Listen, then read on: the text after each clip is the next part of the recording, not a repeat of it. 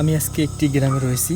এখানে একটি ভয়ানক জায়গা রয়েছে যেখানে আসলে সাপ চলাচল করে। তো আসলে আমি এখন সেই জায়গাটা যাব যেখানে আসলে সেই সাপের আনাগোনা রয়েছে। তো আসুন সাথে আসুন।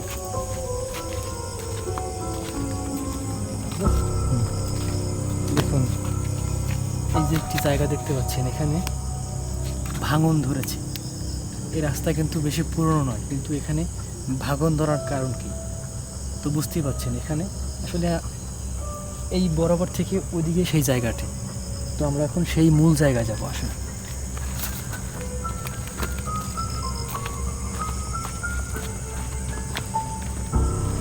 দেখুন, এখানে একটি গাছ দেখতে পাচ্ছি আমরা।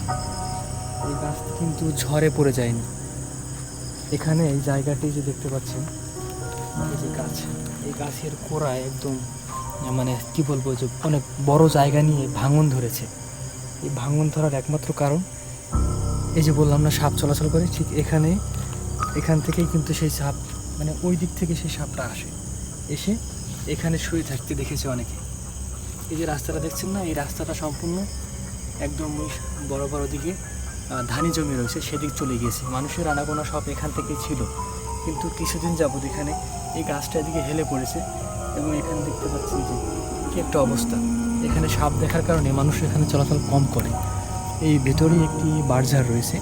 মূল সাপটা আসলে সেই বাঁশঝাড় ধরে এদিকে আসে। আর এখন যেহেতু গরমের সময়, এই গরমের সময় আসলে এই সাপ টাপ যেগুলো দেখেন আমরা, আপনারা যেগুলো জানেন যে সাপ, কিছু কিছু সাপ রয়েছে যারা নিশাচর, এরকম অনেক প্রাণী রয়েছে যারা রাত্রে বের হয়। তো সেই সাপ কিন্তু এখানে রাত্রে বের হয়, দিনের বেলা দেখা যায় না। তো আমরা এখন সেই বাঁশঝাড়ের ওখানে যাবো যেখান থেকে সাপটার দিকে আসে। আসুন। শিকড়টা দেখুন, অনেক জায়গা নিয়ে কিন্তু ছিল। এটা স্পষ্ট মানে বোঝাই যাচ্ছে মানে কতটা শক্তিশালী এই গাছ, কিন্তু সেটি শক্তিতে ব্যর্থ হয়ে গিয়েছে। এখানে অশুভ শক্তি রয়েছে।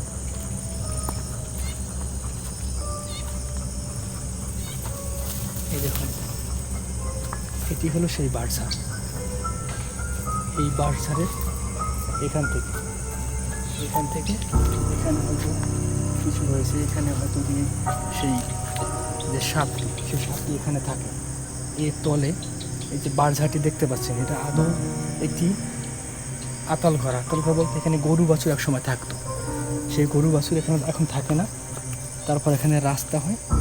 এর এই তলে, এই বাঁশঝাড়ের তলে বিশাল জায়গা নিয়ে আসলে ফুরফুরে মাটি রয়েছে।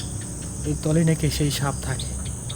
তো এখানে বেশি সময় থাকা যেত না। দেখুন, অনেকটা নিরিবিলি জায়গা, আর এদিকে রাস্তা রয়েছে। এখান থেকে যাওয়ার একটি মানে পোল দেওয়া ছিল, সেটা এখন নেই, কারণ ওই সাপের আনাগোনার বৃদ্ধি পাওয়ার কারণে এদিকে লোক এখন আর যায় না। এই বরাবর ধানি জমি রয়েছে। তো মানুষ এই জায়গাটা এখন, এই পথটাকে একদম বন্ধ করে দিয়েছে। সেক্ষেত্রে এটা উঠিয়ে ফেলে দেওয়া হয়েছে।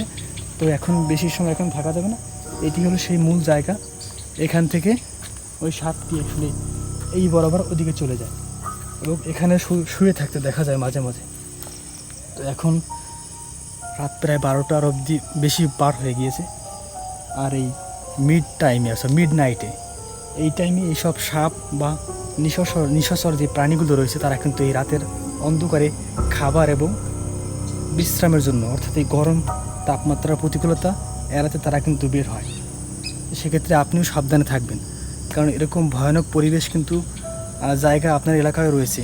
তা আপনি সবসময় সাবধানে রাত্রে বের হবেন।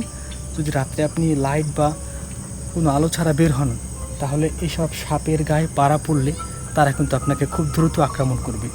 তো সাবধানে থাকবেন, রাত্রে চলাচল করবেন, এই গরমে বিশেষ করে। তো এই জায়গাটা দেখলেন, এরকম কিন্তু অনেক জায়গা আমাদের আশেপাশে রয়েছে। সাবধানে থাকবেন। আমরা এখন এখানে বেশি সময় থাকবো না, চলুন।